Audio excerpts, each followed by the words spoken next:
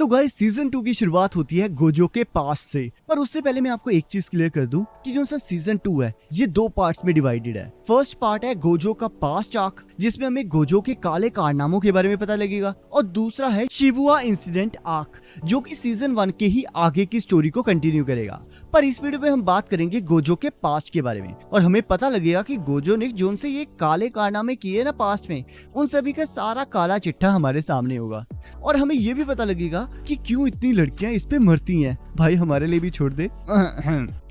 Sorry. इस आंख में हमें पता चलेगा कि गोजो इतना ओवर पावर्ड कैसे है, और इस लोंडे के पास इतनी सारी पावर आई कैसे, और ऊपर से इसके और इसके लोंगोटिया यार मतलब कि इसके और गेटो के बीच में दरार आई कैसे। तो देखते हैं कि आखिरकार कैसे ये दो दोस्त बने जानी दुश्मन। तो चलते हैं 2006 में, जहां हम देखते हैं मैं और आयोरी एक केस सॉल्व करने जाते हैं और वो वही कैद हो जाते हैं, और तब उन्हें बचाने के लिए गोजो, गेटो और शोको को भेजा जाता है। पर हम देखते हैं मैं और आयोरी बहुत सारी कोशिशों और कैलकुलेशन करके वहां से बाहर निकलने का रास्ता ढूंढ ही लेते हैं। और तब गोजो आयोरी से कहता है, तो देखो आयोरी, मैं तुम्हें आखिरकार बचाने आ ही गया, जिससे आयोरी गुस्सा हो जाती है और तभी एक कर्स स्पिरिट उस पर हमला कर देती है। और हम देखते हैं गेटो अपनी कर्स स्पिरिट से उसे बचा लेता है, और तब आयोरी शोको के गले लगकर रोने लगती है। तब मैं उनसे वेल के बारे में पूछती है, जिसे सुनकर वो सभी सुन्न हो जाते हैं। अरे देवा, ये गड़बड़ है बाबा। और तब स्कूल में मासामिची पूछते हैं, तो अब मुझे बताओ, बिना सुपरविजन के किसका आइडिया था वहाँ जाने का? और तब वो दोनों गोजो की तरफ इशारा करते हैं। और तब थोड़ी देर बाद गोजो और गेटो बास्केटबॉल खेल रहे होते हैं, और तब गोजो कहता है, मैं तो अब लोगों को बचाते बचाते थक चुका हूँ। तब गेटो कहता है, जुजुत्सु सॉर्सर्स नॉन जुजुत्सु सॉर्सर्स को बचाने के लिए ही एग्जिस्ट करते हैं। और तब गोजो उसका मजाक उड़ाने लगता है, जिससे गेटो को गुस्सा आ जाता है। और तभी मासामिची वहाँ आ जाते हैं और उन्हें एक नए मिशन के बारे में बताने लगते हैं। और तब मासामिची कहते हैं, मास्टर टेंगन के लिए एक स्टार प्लाज्मा वेसल मिली है, और तुम्हें उसे यहाँ लेकर आना होगा और उसे इरेज करना होगा।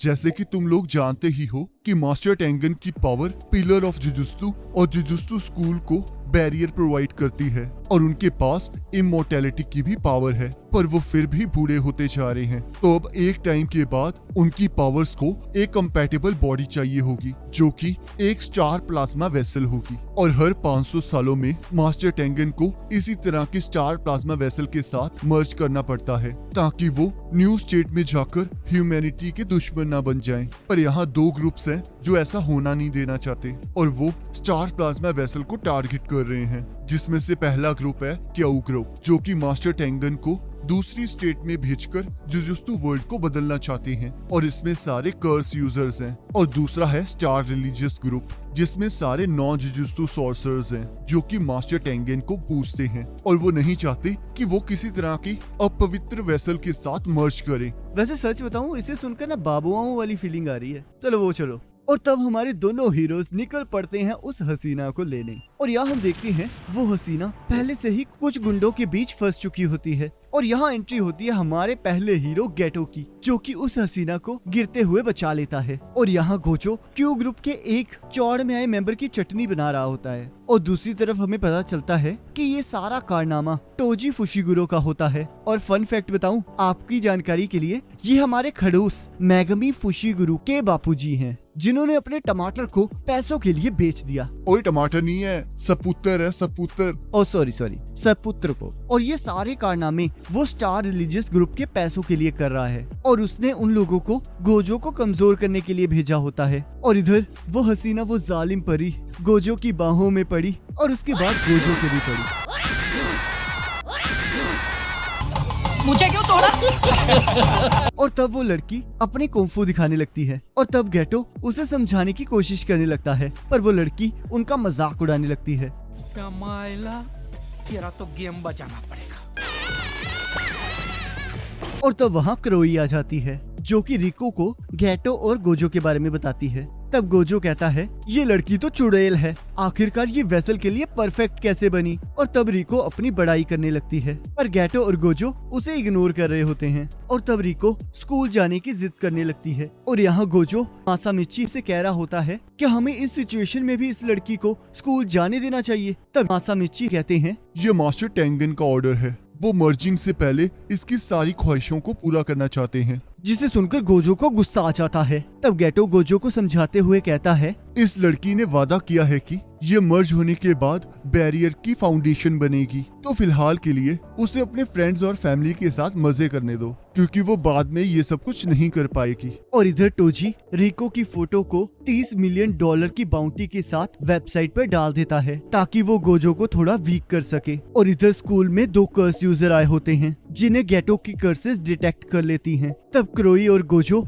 रिको को ढूंढने के लिए चले जाते हैं और गैटो कर्स यूजर्स की तरफ चला जाता है। और तब हम देखते हैं गैटो एक शिकिगामी यूजर से मिलता है और अपनी कर्स मैनिपुलेशन टेक्निक से उस बूढ़े आदमी पर हमला कर देता है। और तब वो उससे बच के दोबारा से गैटो पर हमला कर देता है। और तब गैटो उसे एक इल्यूजन में फंसा देता है और उसे बहुत बुरी तरह मारता है। और यहाँ दूसरी तरफ गोजो रिको को ढूंढते हुए चर्च पहुँच जाता है, जहाँ सारी लड़कियाँ गोजो को देखकर उसकी दीवानी हो जाती हैं। तब टीचर भी गोजो को अपना नंबर देने लगती है, जिससे सारी लड़कियों के तन बदन में आग लग जाती है। और तब गोजो रिको को मौका पाते ही वहाँ से ले जाता है। और यहाँ हम देखते हैं एक दूसरे कर्स यूजर ने उन पर नजर रखी होती है और तभी वहाँ क्रोई आकर उस कर्स यूजर को बहुत बुरी तरह धोती है। और तभी गैटो अपने कर्सेस की मदद से उस कर्स यूजर को पकड़ लेता है, पर वो कर्स यूजर अचानक से गायब हो जाता है। और यहाँ गोजो और रिको के पास उस कर्स यूजर के काफी क्लोन्स आ जाते हैं। तब गैटो गोजो को बताता है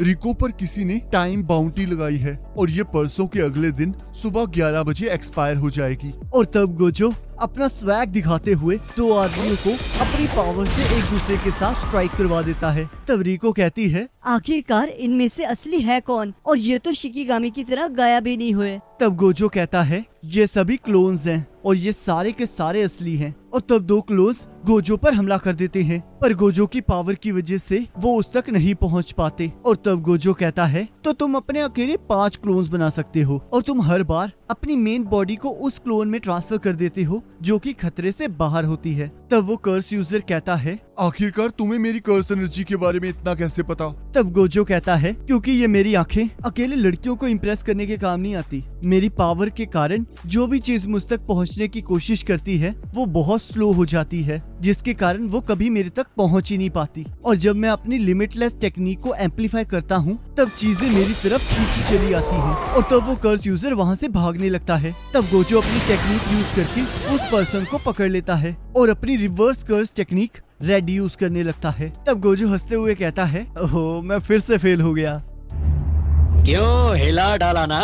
और तब रिको के फोन पर क्रोई के किडनैप होने वाली फोटो आती है और इधर हम देखते हैं क्रोई को बचाने के बाद वो सभी लोग बीच पर मजे कर रहे होते हैं। तब गैटो कहता है रिको की बाउंटी कल खत्म हो जाएगी, उसके बाद हम जुजुत्सु हाई वापस चले जाएंगे। और तब हम देखते हैं ननामी और हाइबारा उनकी मदद करने के लिए वहाँ पहुँच जाते हैं। तब हाइबारा कहता है मुझे पूरा यकीन है कि हमारे सीनियर्स भी उस लड़की को बचाने के लिए अपनी पूरी ताकत लगा रहे होंगे और उनकी मेहनत तो हमें दिख ही रही है। और तब गैटो गोजो को कहता है हम जब से यहाँ आए हैं तुम तब से अपनी टेक्निक को यूज कर रहे हो, तो क्या तुम्हें अब थोड़ा आराम नहीं करना चाहिए? तब गोजो कहता है ये इतना भी थका देने वाला काम नहीं है और वैसे भी तुम तो यहाँ हो ही। और तब वो लोग पूरा दिन मजे करते हैं और अगले दिन जुजुत्सु हाई में पहुँच जाते हैं। तब गैटो कहता है अब हम जुजुत्सु टेक के बैरियर्स के अंदर हैं और यहाँ ये जगह हमारे लिए बहुत सुरक्षित है। पर तभी हम देखते हैं कि जैसे ही गोजो अपनी टेक्निक को ऑफ करता है टोजी अपनी तलवार को गोजो के शरीर के आर पार कर देता है।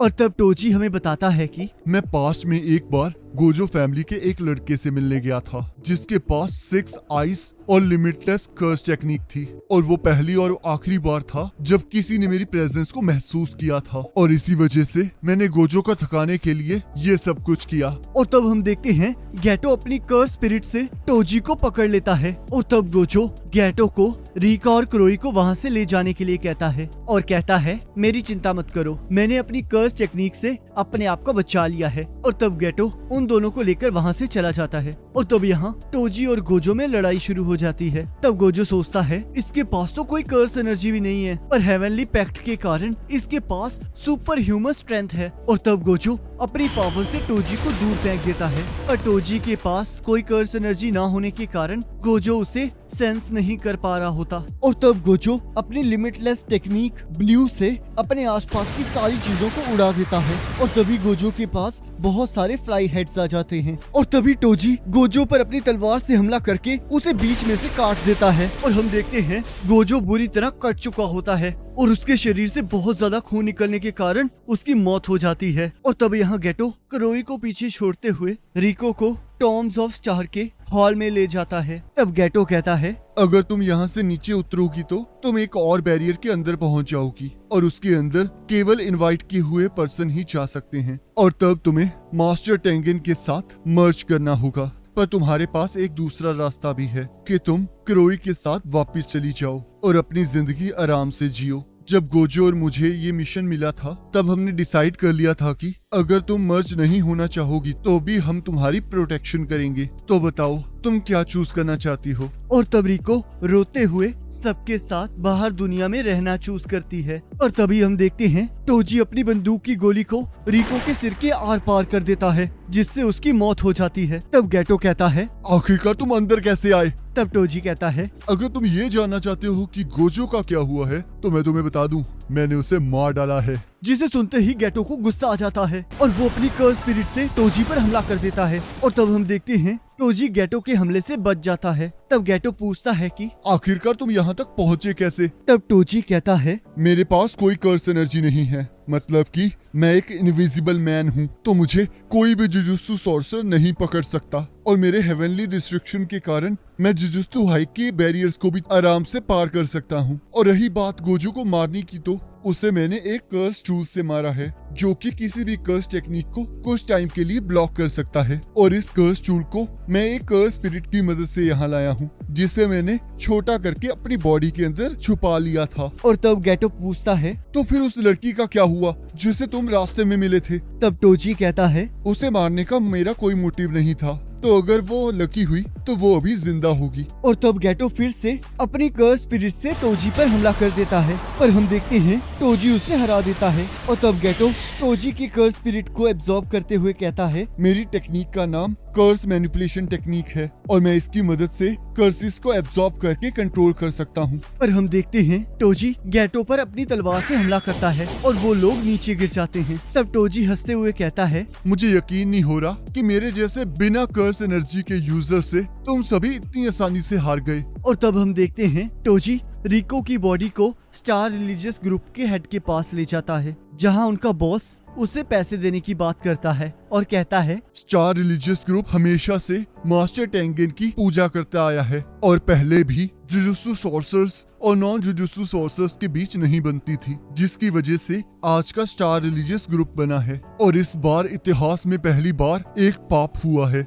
हमारे मास्टर टेंगन एक इम्प्योरिटी के साथ मर्ज होने वाले थे और अगर हमने इसे ना रोका होता तो हम अपने फॉलोअर्स को क्या जवाब देते, पर अब हमारे पास वो है जो हमारे हाथों से खोने वाला था। और तब वो रिका की बॉडी को लेकर वहाँ से चला जाता है। और तब हम देखते हैं टोजी जब वापस जाने लगता है तब उसे रास्ते में गोजो दिखाई देता है जिसे देखकर वो पूरी तरह शॉक हो जाता है। तब गोजो कहता है जब तुमने मुझ पर हमला किया था तब मैंने अपनी पूरी एनर्जी को रिवर्स कर्स टेक्निक में लगा दिया था जिसकी वजह से मैं अपने आप को बचा पाया, पर आज से पहले मैं इसे कभी इस्तेमाल नहीं कर पाया था। पर देखो मैंने मौत के करीब पहुंचते ही इस पर महारत हासिल कर ली और अब तुम इसलिए हारोगे क्योंकि तुमने उस टाइम मेरे सिर पर हमला नहीं किया था। और तब टोजी गोजो पर हमला कर देता है, पर तब गोजो उसे बड़े आसानी से डॉज करके उस पे कर्स एनर्जी रिवर्सल रेड से हमला करता है। तब टोजी बहुत दूर जाकर गिरता है। तब टोजी गोजो को देखकर सोचता है ये तो मॉन्स्टर बन चुका है और अब ये लिमिटलेस टेक्निक की सारी एप्लीकेशन को यूज करने लगा है, जिसमें से पहली है ये किसी भी चीज को अपने पास आने से रोक सकता है और दूसरी है limitless curse technique amplification blue और तीसरी है रिवर्स कर्स टेक्निक रेड। और अच्छी बात तो ये है कि मैं इन तीनों चीजों को बड़े आसानी से संभाल सकता हूँ। और तभी टोजी फिर से गोजो पर हमला कर देता है, पर गोजो उसके हमले को बड़े आसानी से डॉज करते हुए सोचता है, रिको मुझे माफ कर देना कि मैं तुम्हारे लिए गुस्सा नहीं हूँ, पर मैं क्या करूँ, मुझे इस टाइम ये दुनिया बहुत अच्छी लग रही है। जुजुत्सु की दुनिया में जब कोई टेक्निक किसी को पास ऑन होती है तब उसकी एक ही एडवांटेज होती है कि उसे यूज कैसे करना है उसके बारे में पहले ही बताया गया होता है, और यही इसकी डिसएडवांटेज है क्योंकि ये इंफॉर्मेशन कभी भी लीक हो सकती है। और तुम्हें देखकर ऐसा लग रहा है जैसे कि तुम ज़ेनिन क्लैन से हो और इसी वजह से तुम्हें मेरी टेक्निक के बारे में इतना कुछ पता है, पर एक ऐसी टेक्निक है जो गोजो क्लैन के कुछ ही लोगों को पता है। और तब गोजो रेड और ब्लू टेक्निक को मिलाकर इमेजिनरी टेक्निक पर्पल बनाता है और उसे टोजी पर फायर कर देता है। और तब टोजी सोचता है, मैंने आज से पहले कोई भी काम फ्री नहीं किया, पर मैंने ये लड़ाई इसलिए लड़ी क्योंकि मेरे सामने लिमिटलेस टेक्निक का नया मालिक खड़ा था जो कि इस टाइम सबसे पावरफुल जुजुत्सु सॉर्सर बन चुका है। और अगर मैं इसे हरा देता तब मैं उस ज़ेनिन क्लैन को दिखा सकता था कि उसने मुझे रिजेक्ट करके कितनी बड़ी गलती की है। पर जब मैंने वो पाने की कोशिश की जो मैं नहीं पा सकता था, मैं तभी हार गया था। और तब टोजी अपने बच्चे को याद करता है और गोजो उससे उसकी आखिरी ख्वाहिश पूछता है। तब टोजी कहता है, आज से 2 या 3 साल बाद मेरे बेटे को ज़ेनिन क्लैन को बेच दिया जाएगा, तो मैं ये तुम पर छोड़ता हूँ कि तुम उसके साथ क्या करना चाहते हो। और तभी टोजी की मौत हो जाती है। और यहाँ हम देखते हैं गेटो गोजो को ढूंढते हुए स्टार रिलीजियस ग्रुप की एक फैसिलिटी पहुँच जाता है जहाँ सभी लोग तालियां मार रहे होते हैं और गोजो रिको की लाश को लेकर बाहर आ रहा होता है। तब गोजो कहता है कि क्या मैं इन्हें मार डालूं क्योंकि मुझे इस टाइम कुछ भी समझ नहीं आ रहा है। तब गेटो कहता है, इसका क्या फायदा होगा, ये लोग तो मामूली से फॉलोअर्स हैं, जिसने ये सब कुछ किया है वो तो अब तक भाग चुका है। और तब हमें 1 साल बाद का सीन दिखाया जाता है जहां हमें पता चलता है कि गोजो बहुत ताकतवर बन चुका है और अब वो काफी मिशंस अकेले करने लग गया है, जिसकी वजह से गेटो बहुत अकेला महसूस करने लगा है और वो इस चीज में उलझा हुआ है कि उसे जुजुत्सु सॉर्सर के तौर पर नॉन जुजुत्सु सॉर्सर्स की मदद करनी चाहिए या नहीं। पर वो फिर भी जुजुत्सु सॉर्सर होने की सारी ड्यूटीज को निभा रहा होता है, पर वो अभी तक रिको के साथ हुए हादसे को नहीं भुला पा रहा होता। तब यहाँ गेटो अपने जूनियर हायबारा से पूछता है कि क्या तुम्हें लगता है कि तुम जुजुत्सु सॉर्सर के तौर पर रह सकते हो? क्या तुम्हें ये मुश्किल नहीं लग रहा है? तब हायबारा कहता है, मैंने कभी इतना डीपली नहीं सोचा, पर मुझे लगता है ऐसी कोई तो चीज है जिसमें मैं अपना फुल कंट्रीब्यूशन दे सकता हूँ। और तभी हम देखते हैं कि स्पेशल ग्रेड सॉर्सर युकी सुकुमो वहाँ आ जाती है। तब गेटो कहता है, तुम तो वही लड़की हो ना जो कि कभी भी कोई मिशन नहीं लेती है। तब युकी कहती है, ये इसलिए है क्योंकि मेरी और जुजुत्सु हाई की कभी नहीं बनी। जुजुत्सु हाई हमेशा बीमारी के सिम्टम से लड़ता है और मैं तो इसकी जड़ें ही उखाड़ देना चाहती हूँ, तो इसीलिए मैं दुनिया से कर्ज को पूरी तरह खत्म कर देना चाहती हूँ। और इसे करने के 2 तरीके हैं। जैसे कि हम लोग जानते ही हैं कि